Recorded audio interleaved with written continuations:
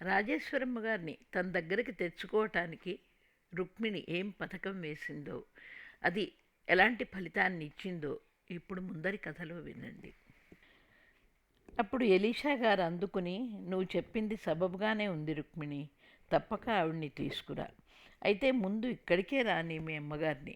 ఎందుకంటే ఒకవేళ మీ అన్నగారు నువ్వు తనకు తెలియకుండా ఆవిడ్ని తీసుకొచ్చినందుకు దురహంకారంతో ఏదైనా చేదలిస్తే అక్కడ మీరు ఒంటరి వాళ్ళు అయిపోతారు. ఇక్కడైతే మేం మీకు తోడుగా నిలబడతాం. కొద్ది రోజులు వేచి చూసి అంతా బాగానే ఉంటే మీరిద్దరూ ఆ ఇంటికి మారిపోదురు కానీ ముందుగా నువ్వు ఒక ఫ్లాట్ చూసి పెట్టుకో. అక్కడ ఫ్లాట్లో అన్నీ అమిరి ఇక్కడ మీ అన్నగారి ద్వారా వస్తాయేమో అనుకుంటున్న చికాకులు ఏమీ రానప్పుడు మీరు ఆ ఇంటికి వెళ్ళిపోదురు కానీ. ఏం సుజాత, నా సలహా ఎలా ఉంది? నువ్వు ఓకే చేస్తావా అని అడిగారు సుజాతని నవ్వుతూ. సుజాత కూడా కాస్త తేరుకుని, ఈ ఆలోచన బాగుంది. నిజంగా మీరు చెప్పినట్టు వీళ్ళు అక్కడే ఉంటే ఆ అలుసు చూసుకుని అన్నగారు తన ప్రతాపం చూపటానికి సిద్ధమైతే ఇబ్బందే అంది. రుక్మిణికి మొదట తట్టలేదు కానీ ఎలీషా గారు అన్నాక అలాంటి ప్రమాదం కలగవచ్చేమో అనే భయం కలిగింది. తల్లిని మొదట ఇక్కడికే తీసుకురావాలని నిర్ణయించుకుంది. తల్లికి తన ప్లాన్ అంతా ఉత్తరంలో రాసింది. అయితే ఈసారి తను వెళ్ళి అక్కడ వెయిట్ చేసి చూస్తే ఇల్లంతా సందడిగా కనిపించింది. ఎవ్వరూ బయటికి వెళ్ళే ఆలోచనలో ఉన్నట్టు కనిపించలేదు. ఇక లాభం లేదని రుక్మిణి ఇంటికి వచ్చేసింది. ఇంటికి వెళ్ళాక సుజాత చెప్పింది, ఇవాళ నాన్న ఫోన్ చేశారు. నువ్వు చెప్పావటగా ఆ కాంప్లెక్స్లో మరో ఫ్లాట్ ఉంటే చెప్పమని. ఉన్నదిట, వీళ్ళ ఫ్లోర్లోనే ఉన్నదిట. నిన్ను వచ్చి చూసుకోమని ఫోన్లో చెప్పారు అంది. సాయంత్రం రుక్మిణి వెళ్ళి ఫ్లాట్ చూసింది. ఆ ఫ్లాటు 2 బెడ్రూములది. చాలా వీలుగా ఉంది. అనంతయ్య గారు, సావిత్రమ్మ గారు ఉన్న ఫ్లాట్కి ఎదురుకుండా ఉన్న ఫ్లాటే ఇది. వాళ్ళది 204 అయితే ఇది 201. చాలా వీలుగా ఉంటుందని అడ్వాన్స్ చెల్లించేసింది. ఇక దానిలోకి కావాల్సిన సామాను ఒక్కటొక్కటిగా కొని అమర్చుకోవాలనుకుంది. మళ్ళీ 2 రోజులు ఆగి తను రాసిన ఉత్తరం చేత పట్టుకుని తల్లి దగ్గరికి వెళ్ళింది. ఈసారి తల్లి బయటకు వచ్చినప్పుడు తను అటు ఇటు చూసి గబగబా ఇంటి ముందుకెళ్ళి ఉత్తరం అరుగు మీద పెట్టింది. తల్లి సమయం చూసి అది తీసుకుంది. అంతే, మళ్ళా ఎల్లుండి వస్తానని చెప్పి వెళ్ళిపోయింది. ఆ ఉత్తరంలో తను అప్పుడే ఒక ఫ్లాట్ అద్దెకి తీసుకున్న సంగతి కూడా పిఎస్లో చేర్చింది. ఉత్తరం చదువుకున్న తల్లికి ఎలీషా గారి ఆలోచన సరైందేనని తోచింది. కొడుకులో ఆలోచన శక్తి నశించిపోయింది. ఎవరో ఇచ్చే ఆజ్ఞలు పాటించే ఒక మరమనిషిలాగా అయిపోయాడు. తల్లి కష్టాన్ని గ్రహించే స్థితిలో లేడు. ఇక మెల్లిగా తన అమ్మాయి దగ్గరకు వెళ్ళిపోతేనే నయం అనుకుంది. ఇంట్లో ఎవరూ లేనప్పుడు కొడుకు ఒక ఉత్తరం రాసి తన ఇల్లు విడిచిపెట్టి వెళ్లే ముందు ఆ ఉత్తరాన్ని ఇంట్లో తన గదిలో పెట్టి వెళ్ళాలనుకుంది. సర్దుకోవలసినవేమీ లేవు. ఉన్న రేకు ట్రంకు పెట్టెలో తన పాత చీరలు 2 పెట్టుకుంది. ఏదో సందర్భంలో కొడుకు కోడలు కొనిచ్చిన చీరలు అక్కడే వదిలేయదలిచి విడిగా పెట్టింది. తను, భర్త, పిల్లలు కలక్కముందు తీయించుకున్న ఫోటో మాత్రం తీసి పెట్టెలో దాచుకుంది. అంతే. కూతురు గనక వస్తే తనతో కలిసి వెళ్ళిపోయేటందుకు వీలుగా అన్నీ రెడీ చేసుకుంది. కొడుక్కి ఉత్తరం రాయడం మొదలు పెడదామని కూర్చుంది. ఏమని సంబోధించాలో తెలియలేదు. ఈ 5-6 సంవత్సరాలుగా వాడు తన కొడుగ్గా ఎప్పుడూ ప్రవర్తించలేదు. తమ ఇద్దరి మధ్య యజమాని పని మనిషిలాగానే నడుస్తోంది వ్యవహారం. జీతం లేని పని మనిషి తను. చాకరీ చేయడానికి శక్తి కావాలి కనుక ఆ ఇంట్లో తిండి తింటోంది. ఒక్కనాడు వాడు అమ్మ అని పిలిచింది లేదు, తను ఏం నాయనా అన్నది లేదు. వాళ్ళు కావాల్సిన పని చెప్తారు, తను మౌనంగా చేసుకుపోతుంది. పిల్లలు కోడలు కూడా తన కొడుకు ఎలా చూస్తాడో వాళ్ళు అలాగే చూస్తారు. తను వాళ్ళ నాయనమ్మనని పిల్లలకు తెలియదు. తల్లిదండ్రులు చెప్పనప్పుడు తను మాత్రం ఎట్లా చెప్తుంది? కాబట్టి ఇప్పుడు తన ఉత్తరం కూడా యజమాని పని మనిషి సంబంధంగానే రాయాలి. అయ్యా, తన తల్లిదండ్రులను కావిడిలో చెరువుపక్క కూర్చోపెట్టుకుని కావిడి మోసిన శ్రవణకుమారుడి పేరు పెట్టుకున్న మీకు జోహార్లు. నేను ఇంతకాలంగా తమ పిల్లలకు, తమకు, తమ భార్యామణికి ఊడిగం చేస్తూ గడుపుకొస్తున్నాను. మీరు కూడా నాయందు దయతో నేను తినేందుకు గుప్పెడు మెతుకులు దయచేస్తూ వచ్చారు. ఇక ఈ రోజుతో ఆ రుణం తీరిపోతోంది. ఎందుకంటే నాకు ఒక దయగల తల్లియందు ప్రేమాభిమానాలు గల కూతురుంది. ఇప్పుడు ఆమె తన కష్టాల్లో నుంచి బయటపడి ప్రయోజకురాలై తన తల్లికి ఆమె ముసల్తనంలో తను ఆధారంగా ఉండి కాపాడుకోవాలని కోరుతోంది. అందుకే ఆమె దగ్గరికి వెళ్ళిపోతున్నాను. మీరు నాకు ఇచ్చిన రూమ్ తప్ప తతిమావన్నీ తాళాలు వేసుకునే వెళ్ళారు కనుక వీధి గుమ్మానికి తాళం వేసి తాళం చెవి ఎదురింట్లో ఇచ్చి వెడుతున్నందుకు నన్ను క్షమించగలరు. ఇట్లు రాజేశ్వరమ్మ. ఉత్తరం రాసి మడిచి జాగ్రత్తగా పెట్టుకుంది. అనుకున్నట్టుగానే ఆ ఆదివారం పొద్దున్నే కొడుకు కోడలు పిల్లలు ఒక పెద్ద కారు తెప్పించుకుని అందులో బయలుదేరారు పిక్నిక్కి. స్వీట్స్ రాత్రి చేసి పెట్టి తెల్లవారుజామునే లేచి పులిహార గారెలు దద్దోజనం చేసి పెట్టింది రాజేశ్వరమ్మ. అవన్నీ కారులో పెట్టుకుని వెళ్ళిపోయారు. తను స్నానం చేసి తలదూకుని ఏనాడుదో నేరేడు పండు పాత నేత చీర తీసి కట్టుకుంది. గోడ గడియారంలో టైం చూసుకుంది. కొడుక్కి తను రాసిన ఉత్తరం బాగా కనిపించేలాగా దాని మీద ఒక బరువు పెట్టింది.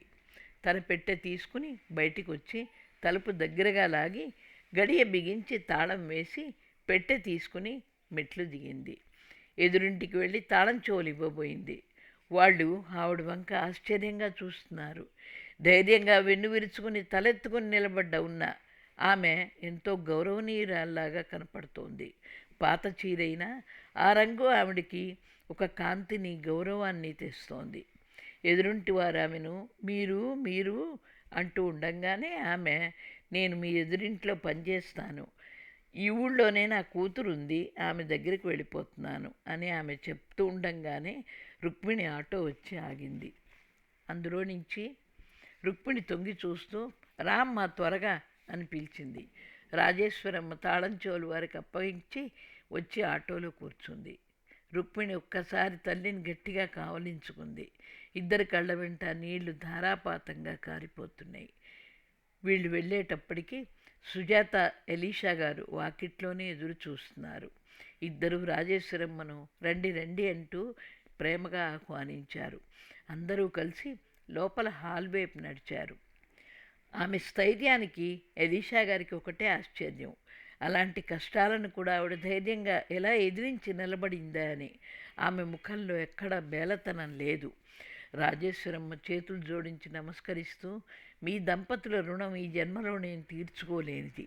ఆపదలో ఉన్న నా బిడ్డను కడుపులో పెట్టుకుని కాపాడమే కాదు, ఈ రోజున దాన్ని ఒక ప్రయోజకురాల్ని చేశారు. ఏమిస్తే ఇలాంటి రుణాలు తీరుతాయి అంది. అంతంత మాటలొద్దు, మానవత్వం ఉన్న ప్రతి మనిషి చేస్తాడు ఈ పని. అమ్మాయిని మీరు సంస్కారవంతురాలిగా తీర్చిదిద్దారు. మాతో కలిసిపోయింది మీ బిడ్డ అంది సుజాత. ఎలీషా గారు కష్టాలను ఎదిరించి నిలబడ్డారు. మీ స్థైర్యాలకు మా జోహార్లు. జరిగిపోయిన వాటిని తలుచుకుని బాధపడి ప్రయోజనం లేదు. వాటిని చెత్తను ఊడ్చి బయట పారబోసినట్టుగా మనసులోంచి తీసివేయాలి. ఇంకా మీకేం పర్వాలేదు. అమ్మాయి రుక్మిణి చక్కగా ఉద్యోగం చేసుకుంటున్నది. అద్దెకి ఒక ఫ్లాట్ తీసి పెట్టుకుంది. మీ ఇద్దరూ కలిసి అక్కడ ఉండొచ్చు. మీకు తోడుగా మేము ఉంటాం. ఇంకెలాంటి భయాలు బెంగలు లేకుండా విశ్రాంతిగా మీరు కాలం గడపచ్చు అని ధైర్యం చెప్పారు. ప్రపంచం పాడైపోయింది, మానవత్వం మంచితనం మాయమైపోయాయి, ఎవ్వరినీ నమ్మడానికి వీల్లేదని రోజూ అనుకుంటూ ఉంటాం.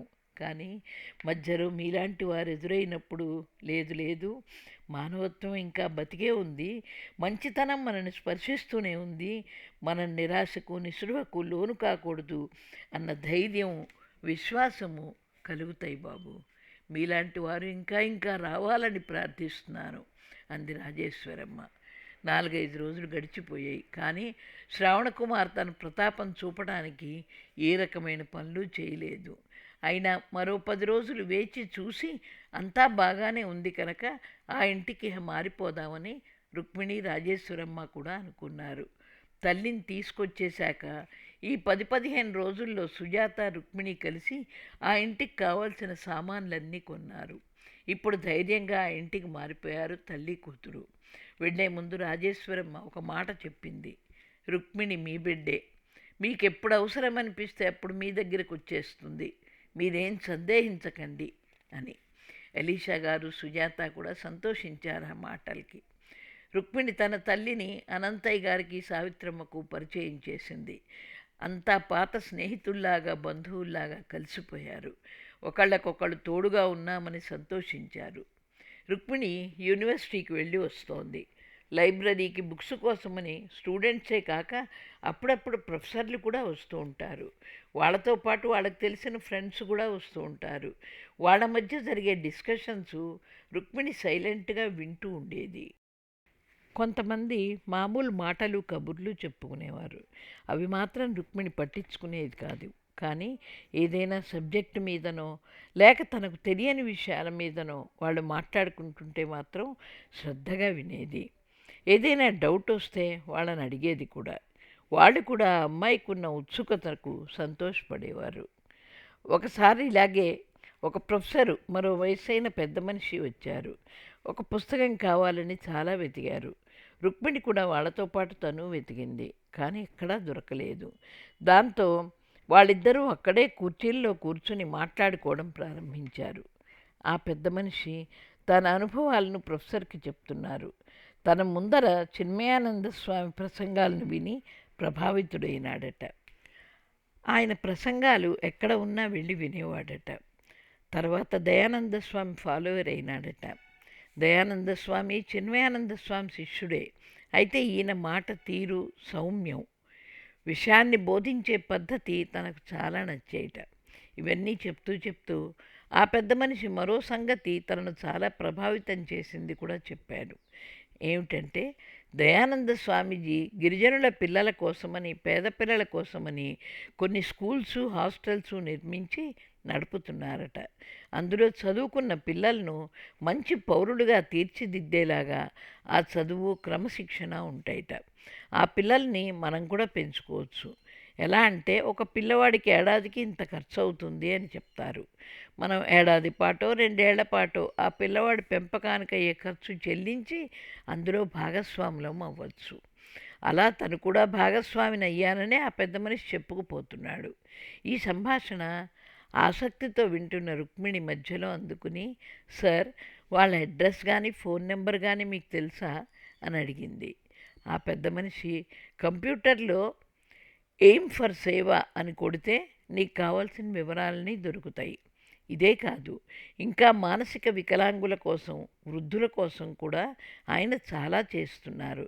కావాలంటే మనకు నెట్లో ఆ సమాచారం అంతా దొరుకుతుందమ్మా అన్నారు. థ్యాంక్స్ అండి అంది రుక్మిణి. ఆమె మనస్సులో కొద్ది కాలంగా కలుగుతున్న ఆలోచనలను కార్యరూపంలోకి తెచ్చేందుకు ఒక మార్గం ఏర్పడినట్టు తోచి మనస్సు తేలికపడింది. అలీషా గారు క్యాంపస్లోని ఇంటిని ఖాళీ చేసి సొంతింటికి మారిపోయారు. అంతకు 2-3 నెలల ముందే అందులో ఉన్న బ్యాంక్ ఆఫీసర్కి ట్రాన్స్ఫర్ అయి వెళ్ళిపోయాడు. అలీషా గారి ఇంటిని మరెవ్వరికీ ఇవ్వతలచలేదు. చిన్న చిన్న రిపేర్లుంటే చేయించి ఇంటికి వెళ్ళవేయించి ఆ ఇంట్లోకి మారిపోయారు. మొక్కలన్నీ మంచి జాతి మొక్కలవడం చేత అప్పుడే పూత కాతకొచ్చాయి. తోటంతా పచ్చగా పక్షులర్పులతో ఎంతో ముచ్చటగా ఉంది. అలీషా గారు తోటంతా తిరిగి ప్రతి మొక్క దగ్గర పలకరిస్తున్నట్టుగా నిలబడి చేత్తో ముట్టుకుని ఆనందించేవారు. సుజాత కూడా తనకు వీలైనప్పుడల్లా ఆయన వెంట తిరుగుతూ ఉండేది. ఇక రుక్మిణి వచ్చినప్పుడల్లా తోటనంతా ఒకసారి చుట్టి చూసి ఏ ఏ చెట్లకు పిందెలు పడ్డాయో, ఏవి పండబారయ్యో చెప్తూ ఉండేది. దోర జామ పండుని చిలకలు బతకనిచ్చేవి కాదు. అవి సగం కొరికిన పండే వీళ్ళకి దొరికేది. అయినా ఎక్కడో ఆకుల సందున 1-2 పళ్ళు దాచిపెట్టి తీసి ఇచ్చినట్టు దొరుకుతూ ఉండేవి. పువ్వుల మొక్కలైతే కళ్ళకు పండుగలాగా విరుగపూస్తున్నాయి. బంతి, చేమంతి, గరుడవర్ధన, నందివర్ధన, కనకాంబరం, మల్లె, ఇలా ఏ మొక్క చూసినా నిండా పువ్వులే. రుక్మిణి దాదాపు రోజు తోటంతా కలియ తిరిగి వచ్చి బోలెడు కబుర్లు చెప్పేది. సుజాత వాళ్ళకి ఎదురువే పెళ్లల్లోనే రుక్మిణి వాళ్ళు ఉండేది. అందుకే తను తరచూ వచ్చి వెళ్ళేది. అనంతయ్య గారు, సావిత్రమ్మ గారు కూడా సాయంత్రాలు కాస్త వాకింగ్గా వచ్చి తోటలో కాసేపు తిరిగి వెళ్తూ ఉండేవారు. ఆ రోజు సుజాతకు సెలవు. ఆదివారం అవడం చేత అలీషా గారికి, రుక్మిణికి కూడా సెలవే. అందరూ ఒక చోట కలిసి భోంచేద్దామని సుజాత అనంతయ్య గారిని, సావిత్రమ్మను, రాజేశ్వరమ్మను, రుక్మిణిని కూడా ఇక్కడికే రమ్మని పిలిచింది. సుజాతకు వంటలో సాయపడాలని చెప్తూ ముందుగా రుక్మిణి బయలుదేరింది. నీతో నేను వస్తానని రాజేశ్వరమ్మ గారు కూడా వచ్చింది. వంటిల్లంతా ఒకటే సందడి. రాజేశ్వరమ్మ రకరకాల వంటలు చేయడంలో దిట్ట. భోజనాల సమయానికి అనంతయ్య గారు, సావిత్రమ్మ గారు కూడా వచ్చేశారు. వాళ్ళిద్దరూ కూడా రుక్మిణిని తమ సొంత మనవరాల్లాగానే చూస్తారు. ఆ రోజు భోజనాలు కాస్త లేట్ అయినా వండిన వస్తువులన్నీ మంచి రుచిగా కుదరడంతో అందరూ ఒక ముద్ద ఎక్కువే తిన్నారు. భోజనాలు అయ్యాక అంతా కబుర్లకు హాల్లో చేరారు. కబుర్ల మధ్యలో సావిత్రమ్మ గారు నవ్వుతూ, మన రుక్మిణికి మంచి సంబంధం చూసి పెళ్లి చెయ్యాలే సుజాత. లోగడ అడిగితే తను చదువు పూర్తి చేసి ఉద్యోగంలో చేరాలన్నావు, అది కూడా అయింది కదా, ఇంకెందుకు ఆలస్యం అన్నది. అమ్మ, రుక్మిణి ఏం చిన్నపిల్ల కాదు, బాగా చదువుకున్నది, మానసిక పరిపక్వత ఉన్న పిల్ల. తనకు తగిన వాణ్ణి, నచ్చిన వాణ్ణి తను ఎన్నుకోగలదని నా విశ్వాసం. ఈ మాట అంటూ తను సరిగ్గానే చెప్తున్నానా అన్నట్టుగా ఎలీషా గారి వంక చూసింది. ఆయన కరెక్ట్ అన్నట్టుగా బుర్ర ఊపారు. ఈ మాటలు విన్న రుక్మిణి నవ్వుతూ, నా పెళ్ళికి ఏం తొందర, ఇంకా నేను పూర్తి చేయాల్సిన పనులు 2-3 ఉన్నాయి, ముఖ్యంగా 2. ఆ 2 పనులు పూర్తయితేనే పెళ్లి సంగతి ఆలోచిస్తాను అంది. ఎలీషా గారు నవ్వుతూ, ఏంటమ్మా 2 పనులు, మేం కూడా సహాయం చేస్తాం, త్వరగా పనులు పూర్తయ్యేందుకు అన్నారు. మీ సహాయం, మీ అడ్వైజు తప్పక కావాలి. మొదటి పని ఏమిటి అంటే, శివ ద్వారా వచ్చిన ఆస్తిని నా కోసం ఉపయోగించుకోవడం నాకు ఇష్టం లేదు. దాన్ని అలా బ్యాంకులో వేసిన కంటే ఒక మంచి కార్యానికి ఉపయోగించాలని నా కోరిక. ఎయిమ్ ఫర్ సేవ అనే కార్యక్రమం ద్వారా గిరిజన, పేద, అనాథ పిల్లల కోసం వాళ్ళని సుశిక్షితులుగా తీర్చిదిద్దడానికని కొన్ని స్కూల్సు, హాస్టల్స్ నిర్మించి వాళ్ళని చదివిస్తున్నారు. దాదాపు అన్ని రాష్ట్రాల్లోనూ ఈ హోమ్స్ నిర్మించారు. ఇదే కాక మానసిక వికలాంగుల కోసమని, వృద్ధుల కోసమని కూడా వీరు ఆశ్రమాలు, హోమ్స్ నడుపుతున్నారు. ఇవన్నీ కూడా ఉచితంగా నడపబడుతున్నాయి. అయితే దాతల నుంచి విరాళాలు స్వీకరిస్తారు. దీన్ని దయానంద స్వామి అనే ఒక స్వామీజీని స్థాపించారు. ఈ పాటికి మీకు అర్థమయ్యే ఉంటుంది. నాకొచ్చిన ఆస్తి మొత్తం శివ పేరు మీద వీళ్లకు డొనేట్ చేయదలుచుకున్నాను అంటూ నవ్వుతూ ముగించింది రుక్మిణి. అందరూ అవాక్కయ్యేలా చూస్తూ ఉండిపోయారు. అప్పుడు రుక్మిణి ఎలీషా గారి వైపు చూసి, చెప్పండి, నా ఆలోచన ఎలా ఉంది అంది. ఎలీషా గారు కొంచెం తేరుకుని, చూడమ్మా రుక్మిణి, నువ్వు మా అందరికంటే ఎంతో చిన్నదానివి, కానీ మా అందరికంటే ఎంతో ఉన్నతంగా ఆలోచించావు. ఇలాంటి డెసిషన్ తీసుకోవడానికి గొప్ప పట్టుదల, ఆత్మవిశ్వాసం ఉండాలి. నిన్ను చూసి నేను గర్వపడుతున్నాను తల్లి అన్నారు ఎమోషనల్గా. సుజాత రుక్మిణి వంక ఆశ్చర్యంగా చూసు, ఎవరో మెచ్యూర్డ్ పర్సన్స్ మాట్లాడినట్టుంది, కానీ మన అమ్మాయి, మన రుక్మిణి మాట్లాడింది ఈ మాటలన్నీ అంటే నమ్మలేకుండా ఉన్నాను అంది. మరి నేనెవరి దగ్గర పెరుగుతున్నాను? 2 నోబుల్ పర్సన్స్ దగ్గర. ఇలా ఉండకపోతే మరి ఎలా ఉంటాను అంటూ కిలకిలా నవ్వింది. అనంతయ్య గారు అందుకుంటూ, అవును తల్లి, నువ్వు నోబుల్ పర్సన్స్ దగ్గరే పెరుగుతున్నావు, అది నీ అదృష్టం. దీపం తన కాంతిని చుట్టుపక్కల ప్రసరించి ఆ ప్రదేశమంతా ఎలా ప్రకాశవంతం చేస్తుందో, అలాగే వీరు కూడా తమ వ్యక్తిత్వంతో ఎదటవారిని ప్రభావితం చేసి వారిలో కూడా మానవత్వం, మంచితనం ప్రాదుకొల్పుతారు. నువ్వు అలా ప్రభావితమైన దానివే అన్నారు. వెంటనే ఎలీషా గారు, వద్దు వద్దు, అంత పెద్ద మాటలు, మేం కూడా మీలాంటి మామూలు మనుషులమే అంటూ మాట మార్చి నవ్వుతూ రుక్మిణిని చూసి, సరే, ముఖ్యమైన మొదటి పని ఏదో చెప్పావు, బాగుంది. ఆ పని నువ్వు నిర్విఘ్నంగా చేసేందుకు నీకు కావాల్సిన సహాయం నేను చేస్తాను. మరి ఇప్పుడు ముఖ్యమైన నీ 2వ పని ఏమిటో కూడా చెప్పు అన్నారు. రుక్మిణి ఈ 2వ పని చెప్పడానికి కాస్త తటపటాయించింది. సుజాత కల్పించుకుని, ఎందుకమ్మా రుక్మిణి సందేహం, త్వరగా చెప్పు అంది. అందరి వంక ఒకసారి చూసి, నాకు ఒక పాపని పెంచుకోవాలని ఉంది. సావిత్రమ్మ గారు పెద్దగా నవ్వుతూ, చూసావా సుజాత, నేను ఇందాక చెప్పలేదా రుక్మిణికి ఇంక పెళ్లి చేసేయమని? ఇప్పుడు తను కూడా అదే అంటోంది మరో రకంగా. పెళ్లి చేస్తేనే కదా పాపలు వచ్చేది అంది. రుక్మిణి, అబ్బే, నేను అలా అనటం లేదమ్మమ్మగారు. మొన్న ఆ మధ్య సిటీలో ఉన్న మహిళా శిశు సంక్షేమ శాఖకు వెళ్ళి కనుక్కుని వచ్చాను. అక్కడ అబాండెన్డ్ చిల్డ్రన్ ఉంటారు. రోజుల నెలల పిల్లల దగ్గర నుంచి ఏడాది 2 ఏళ్ళున్న పిల్లలు కూడా ఉన్నారు. మనం పెంచుకుంటామంటే ఇస్తారు కొన్ని షరతులతో. అయితే కొంతకాలం మనం ఎదురు చూడాలి అంది. నువ్వు పెళ్లి చేసుకోదలచలేదా అంది సుజాత. ఎందుకు చేసుకోను? మంచి కుర్రాడు దొరికినప్పుడు తప్పక చేసుకుంటాను. అయితే ఇప్పటి నుంచే అదే పని కట్టుకుని వెతకను. ఎలీషా గారు రాజేశ్వరమ్మ గారి వైపు చూశారు. ఆవిడ అన్నీ వింటోంది, ఏం మాట్లాడకుండా. మీరేమనుకుంటున్నారమ్మా మీ అమ్మాయి కోరిక విని అని ఆవిడని అడిగారు. ఈ పిల్ల నేను కనిపించిన పిల్లేనా అని సందేహపడుతున్నా. మీ సావాసంతో దానిలో ఎంత సంస్కారం వచ్చిందో చూసి సంతోషపడుతున్నాను. పెంచుకోనివ్వండి పాపని. ఆ పాపను చూసుకునేందుకు మనమందరం లేవా? పెళ్ళి కూడా తను అనుకున్న విధంగానే చేసుకొనిద్దాం అంది. అయితే ఈ ప్రపోజల్ని అందరూ ఒప్పుకున్నట్టేనా అంటూ రుక్మిణి ఒక్కొక్కరిగా అందరి వైపు చూసింది. అందరూ నవ్వుతూ తలలూగించారు. అంతే, సంతోషంతో సంబరపడిపోయింది. ఇంతలో సావిత్రమ్మ గారికి ఒక సందేహం వచ్చింది. నువ్వెవరి బిడ్డనో తెచ్చి పెంచుకుంటుంటే నిన్ను చేసుకునేవాడు ఇష్టపడతాటే రుక్మిణి అని అడిగింది. ఇష్టపడేవాడినే చేసుకుంటానమ్మమ్మగారు. పాపని ఇష్టపడని వాడి మొహమైనా నేను చూడను అంది రుక్మిణి.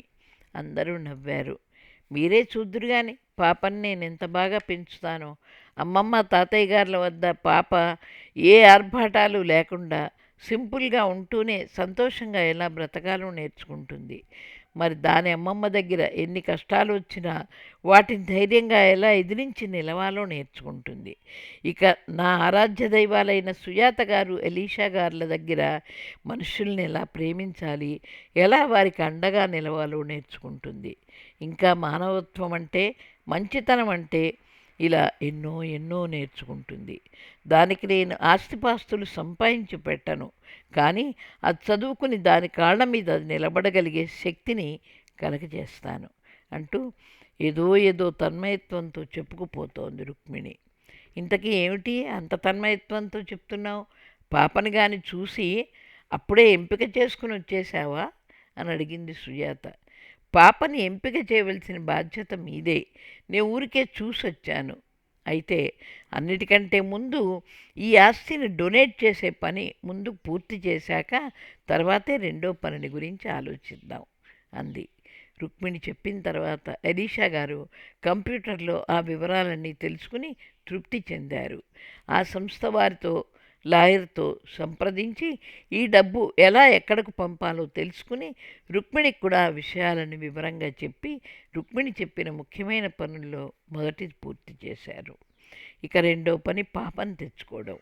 ఒక వారం తర్వాత సుజాత రుక్మిణి మహిళా శిశు సంక్షేమ శాఖకు వెళ్ళి పాపను తెచ్చుకునేందుకు వాళ్ళతో మాట్లాడి ఏదో ఫారం నింపి వచ్చారు. అందులో పనిచేస్తున్న ఒక మహిళా అధికారిణిని సుజాత ఎరుగును. ఆవిడ హాస్పిటల్కి వచ్చినప్పుడే సుజాతే ఆమెకు సేవలు అందించింది. ఆ అధికారిని సలహా సహకారాలతో అక్కడున్న పిల్లల్లో ఒక పాపను ఎంచుకుంది రుక్మిణి. ఆ పాపకి ఏడాది. వాళ్ళు కావాల్సిన రాతకోతలన్నీ పూర్తి చేశారు. వారం 10 రోజుల్లో పాపను వీళ్లకు అప్పగించారు. పాపనింటికి తీసుకొచ్చారు. రాజేశ్వరమ్మ గారికి ఈ మధ్య వరకు కొడుకు పిల్లల్ని పెంచిన అనుభవం ఉంది. సుజాత సెలవు రోజైతే పాప ఎలీషా గారింట్లోనే ఉంటుంది.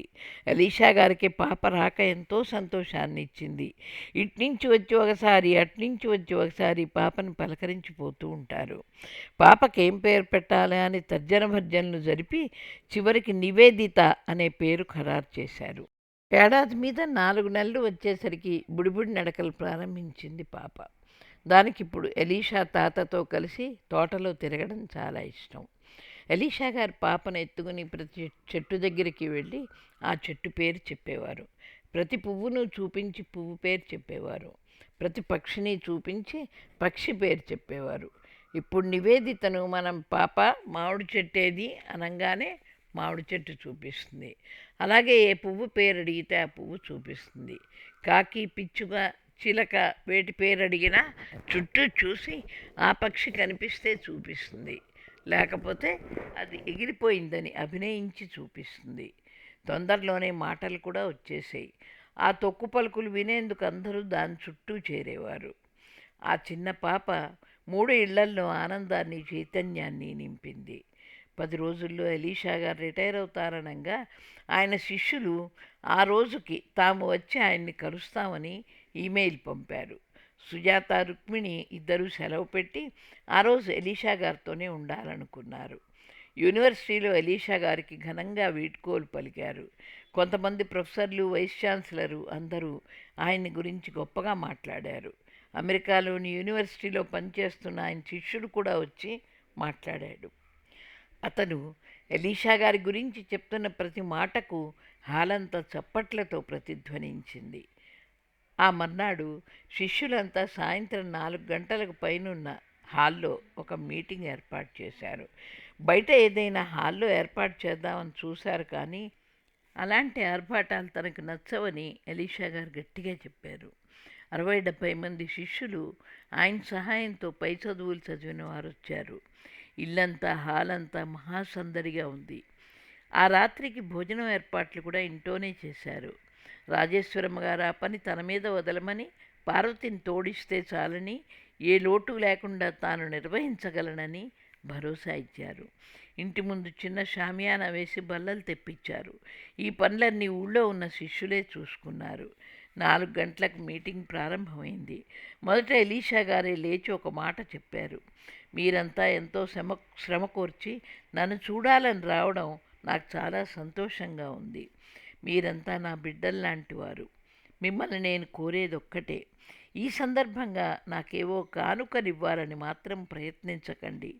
ఆ పని నాకు సంతోషాన్ని కలిగించదు సరిగదా, బాధ పెడుతుంది అని చెప్పి ముగించి కూర్చున్నారు.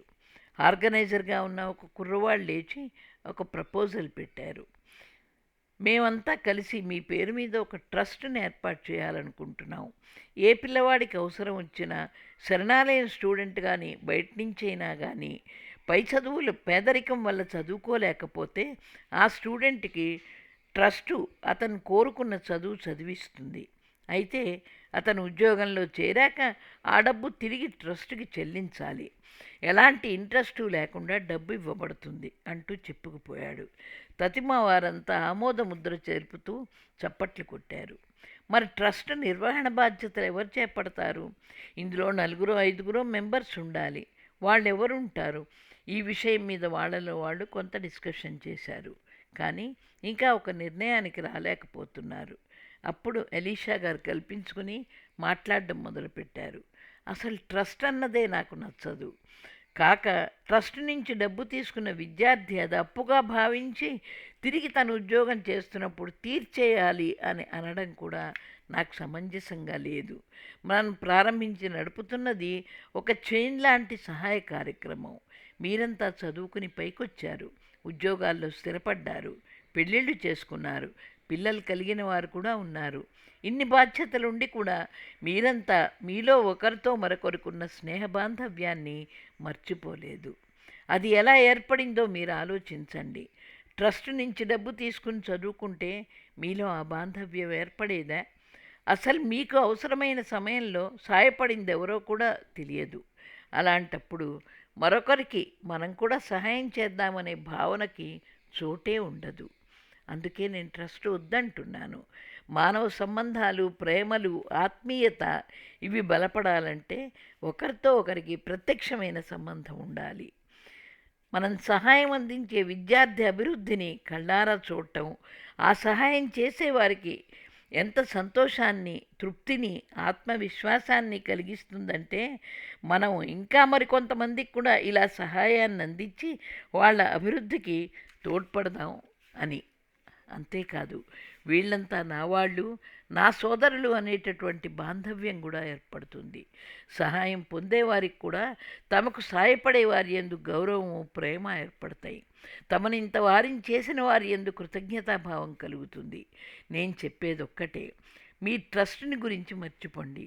ఇక ముందు కూడా మీకు చేతనైన సహాయాన్ని ఈ పద్ధతిలోనే చేయడానికి ప్రయత్నించండి అని ముగించారు. హాలంతా చప్పట్లతో మారుమోగింది. ఎలీషా గారు చెప్పిన మాటల్లోని భావాన్ని, అర్థాన్ని అందరూ తెలుసుకున్నారనటానికి ఆ చప్పట్లే తార్కాణం. అంతా భోజనాలు ముగించారు.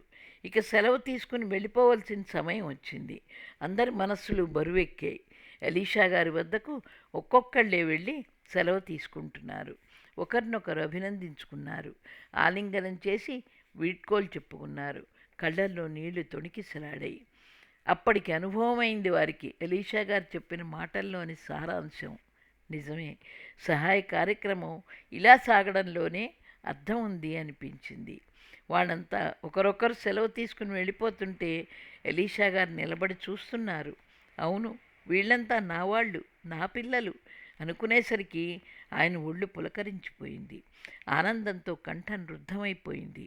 తన ఆలోచనలు, భావాలు, కోరికలు అన్నీ ప్రాణం పోసుకుని నడుస్తున్నట్టు అనిపించింది. కళ్ళు చెమర్చాయి. ఆ రోజు రాత్రి సుజాత ఎలీషా గారి పక్కన కూర్చుని ఆయన భుజం మీద తలవాల్చి, ఈరోజు నాకెంత ఆనందంగా ఉందో చెప్పలేను. ఆ పిల్లలంతా మీ చుట్టూ చేరి మాట్లాడుతుంటే వాళ్ళ మాటల్లో కంటే వాళ్ళ కళ్ళల్లో మీ మీద ఉన్న ప్రేమ, ఇష్టం తొణికిసలాడింది. ప్రతి పిల్లవాడు ప్రొఫెసర్ గారు నావాడన్నట్టే ఉన్నారు. అప్పుడు అనుకున్నాను, అలా వాళ్ళు ఫీల్ అవటానికి మీ నుంచి ఎంత ప్రేమాభిమానాలు వాళ్ళు పొందారో కదా అని.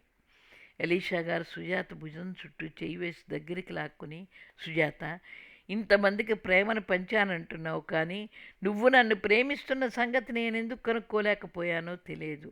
ఇప్పుడు అనుకుంటాను, సుజాత సాహసించి ఆ ప్రేమ సంగతి బయట పెట్టకపోతే నేను జీవితంలో ఎంతో పోగొట్టుకునేవాడినని.